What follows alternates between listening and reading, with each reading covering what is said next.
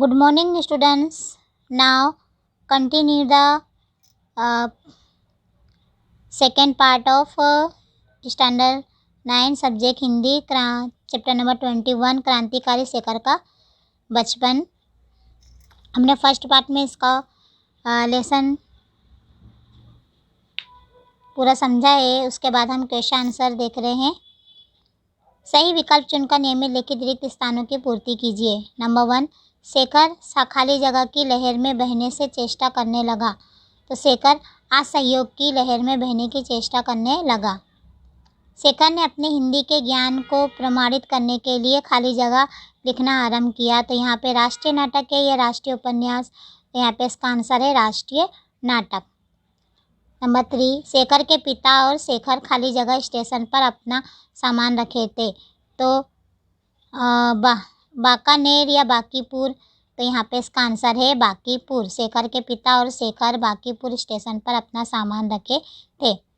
Number 4, पिता पुत्र खाली जगह के बाहर टहल रहे थे। तो वेटिंग रूम या स्टेशन? तो पिता पुत्र वेटिंग रूम के बाहर टहल रहे थे। सही विकल्प चुनकर नियमित लिखित विधान पूर्ण कीजिए। नंबर 1, असहयोग की लहर में शेखर ने, यहाँ 4 ऑप्शन है, पढ़ाई को छोड़ दिया, घर छोड़ दिया, देसी कपड़ों को पहनना छोड़ दिया या विदेशी कपड़ों को पहनना छोड़ दिया। तो इसका उत्तर है घर छोड़ दिया। शेखर ने अपने हिंदी के ज्ञान को प्रमाणित करने के लिए ए, राष्ट्रीय नाटक लिखना आरंभ किया, उपन्यास लिखना आरंभ किया, राष्ट्रीय गीत लिखना आरंभ किया या राष्ट्रीय उपन्यास लिखना आरंभ किया। तो इसका उत्तर है ऑप्शन ए, राष्ट्रीय नाटक लिखना आरंभ किया। पिता ने क्रुद्ध होकर शेखर से कहा। ऑप्शन ए, घर जाओ। ऑप्शन जवाब क्यों नहीं देते? ऑप्शन सी, स्कूल जाओ या ऑप्शन डी, जवाब मत दो। तो इसका आंसर है ऑप्शन बी, जवाब क्यों नहीं देते। नंबर 4, घर से पिता ने माँ से कहा, हमारे लड़के वृद्ध है, खाना बना दो। बच्चे कहाँ गए? सामान बांध लो। तो इसका ऑप्शन है ऑप्शन ए, नंबर 6, क्रांतिकारी शेखर का बचपन पाठ का साहित्य प्रकार नाटक है, उपन्यास अंश है, कहानी है या रेखा चित्र है। तो इसका आंसर है ऑप्शन बी, उपन्यास अंश है। नियमित लिखित प्रश्नों के एक एक वाक्य में उत्तर लिखिए। शेखर ने बाहर घूमने मिलने जाना क्यों छोड़ दिया? तो इसका उत्तर है क्योंकि घूमने पहनने के लिए देसी कपड़े उसके पास पर्याप्त नहीं थे, इसके लिए उसने घूमने फिरने जाना छोड़ दिया। शेखर के मस्तिष्क में कैसी पुकार पहुंची थी? तो इसका उत्तर है शेखर के मस्तिष्क में एक नाटक का लेखक होने की पुकार पहुंची थी। नंबर 3, शेखर ने आग कैसे जलाई? तो इसका उत्तर है शेखर ने घर की दियों में से मिट्टी का तेल लेकर उससे आग जलाई। नंबर 4, शेखर गला खोलकर क्या गाने लगा? तो इसका उत्तर है गांधी जी का बोलबाला, दुश्मन का मुंह हो काला ने आँख के।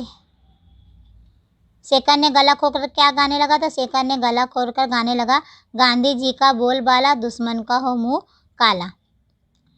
शेखर क्या नहीं चाहता था? तो शेखर ने घर के दियों से मिट्टी का तेल निकालकर उससे आग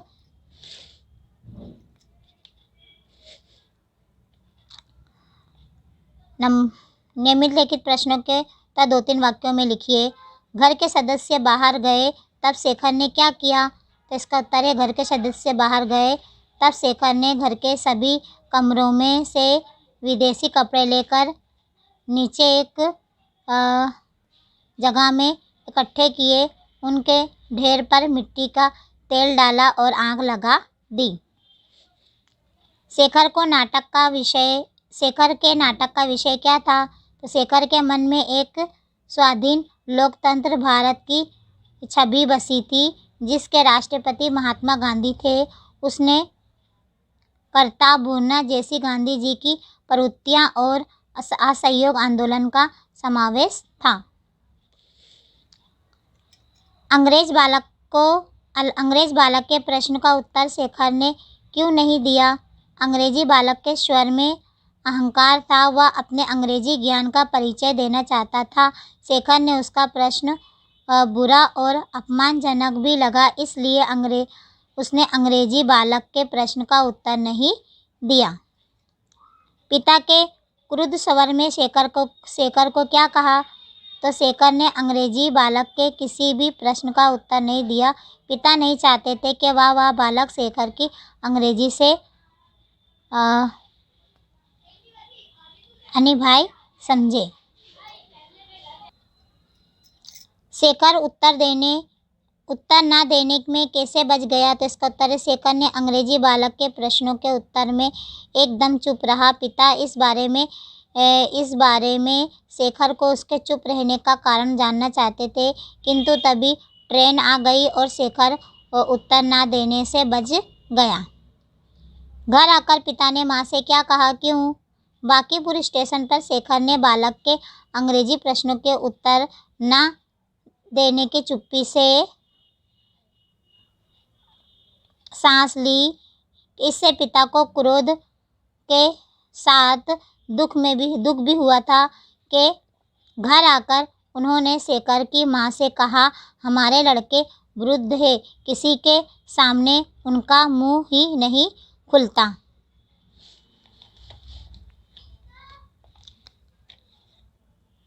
निम्नलिखित प्रश्नों के उत्तर 5-6 वाक्यों में लिखिए। शेखर के मन में विदेशी मात्र के प्रति घृणा क्यों हो गई? तो इसका उत्तर है, महात्मा गांधी ने देश में असहयोग आंदोलन शुरू किया था। चारों तरफ स्वदेशी की हवा बहने लगी थी। शेखर के मन पर इसका गहरा प्रभाव पड़ा था। वह गांधी जी के प्रति अपार श्रद्धा रखता था। गांधी जी स्वदेशी वस्तुओं के उपयोग का आग्रह करते थे।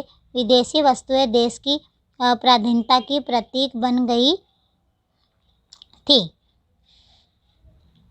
शेखर के घर में अंग्रेजी भाषा के प्रति गहरा प्रभाव था, ऐसा हम कैसे कह सकते हैं? तो इसका उत्तर है, शेखर के पिता और भाई घर में अंग्रेजी में बात करते थे। पिता शेखर को भी भाइयों के साथ अंग्रेजी में बात करने के लिए प्रोत्साहित करते थे। शेखर भी से अंग्रेजी बोलता था। शेखर की पहली आया ईसाई थी और अंग्रेजी बोलती थी। उसका पहला गुरु भी एक अमेरिकन मिशनरी था जो दिन भर अंग्रेजी बोलता था। शेखर का चरित्र चित्रण कीजिए। शेखर एक कोमल मन का किशोर है। गांधी जी के असहयोग आंदोलन का उस पर गहरा प्रभाव पड़ा है। स्वदेशी की हवा से प्रेरित होकर उसे विदेशी मात्र से घृणा हो गई है। वह अपने घर के विदेशी वस्तु को खुशी जला देता है। इस प्रकार शेखर गांधी जी युग के एक प्रिय बाल चरित्र है। शेखर ने नाटक लिखना कब आरंभ किया और क्यों? शेखर असहयोग और स्वदेशी आंदोलन के अत्यंत प्रभावित था। उसे विदेशी मात्र से घृणा हो गई थी। अंग्रेजी भाषा से भी वह बेहद नफरत करने लगा था। परिवार के नियंत्रण के कारण वह सश्रव्य रूप से किसी आंदोलन में भाग नहीं ले सकता। इसी स्थिति में उसने नाटक लिखना आरंभ कर दिया। इसके आगे व्याकरण विभाग। निम्नलिखित मुहावरों का अर्थ देकर वाक्यों में प्रयोग कीजिए। मुंह काला होना यानी बदनाम होना। बुरे काम करोगे तो मुंह काला होगा ही, ये इसका वाक्य में प्रयोग है। बाध्य होना यानी विवश होना। बालक की जिद के सामने माँ का बाध्य होकर उसे खिलौना दिलाना पड़ता है। घृणा होना यानी नफरत होना। पाप से घृणा करो, पापी से नहीं।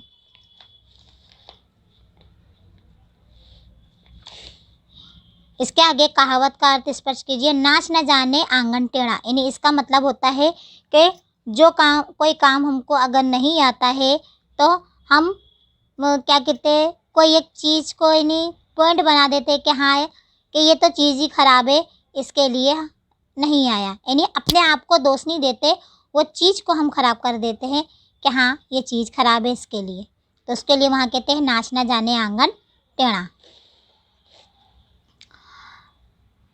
निम्नलिखित वाक्यों को शुद्ध कीजिए। सविता ने चंद्रिका को बुलाई, तो इसको शुद्ध करना है। तो सविता ने चंद्रिका को बुलाया। या घर में कौन रहता है, तो उस घर में कौन रहता है। अब इसके बाद है विरोधी शब्द, विरुद्धार्थी। सहयोग, असहयोग, अकुंस, निर्कुंसता, विदेशी, प्रदेशी, दुश्मन, मित्र, मूल्य, अमूल्य, स्वाधीन, अधीन, मामूली, गैर मामूली, निर्माण, अनिर्माण।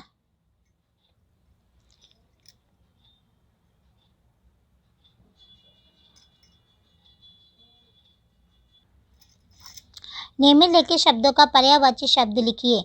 कष्ट का, तकलीफ, आज़ाद, स्वतंत्र, अनुमति, आशा, निरंतर, लगातार। निम्नलिखित शब्द समूह के लिए एक शब्द लिखिए। अति प्रसिद्ध यानी प्रशंसा। निम्नलिखित शब्द का उपसर्ग बताइए। विदेशी, वि प्लस देशी, असहयोग, आ प्लस सहयोग, परिवर्तन, परि प्लस वर्तन, उपस्थित, उप प्लस स्थिति, परित्याग, परि प्लस त्याग, अमूल्य, अ प्लस मूल्य। निम्नलिखित वाक्यों में से भाववाचक संज्ञा बताइए। तब उसके प्राण पुलकित हो उठते, तो प्राण पुलकित ये जो है भाववाचक संज्ञा है। शेखर के मन में विदेशी मात्र के प्रति घृणा हो गई, तो घृणा जो है वो क्या है, भाववाचक है। वह शेषव से अंग्रेजी बोलना जानता, तो शेषव जो है वो भाववाचक है, ये भाव दर्शा रहा है। ओके। निम्नलिखित वाक्यों में से विशेषण बताइए।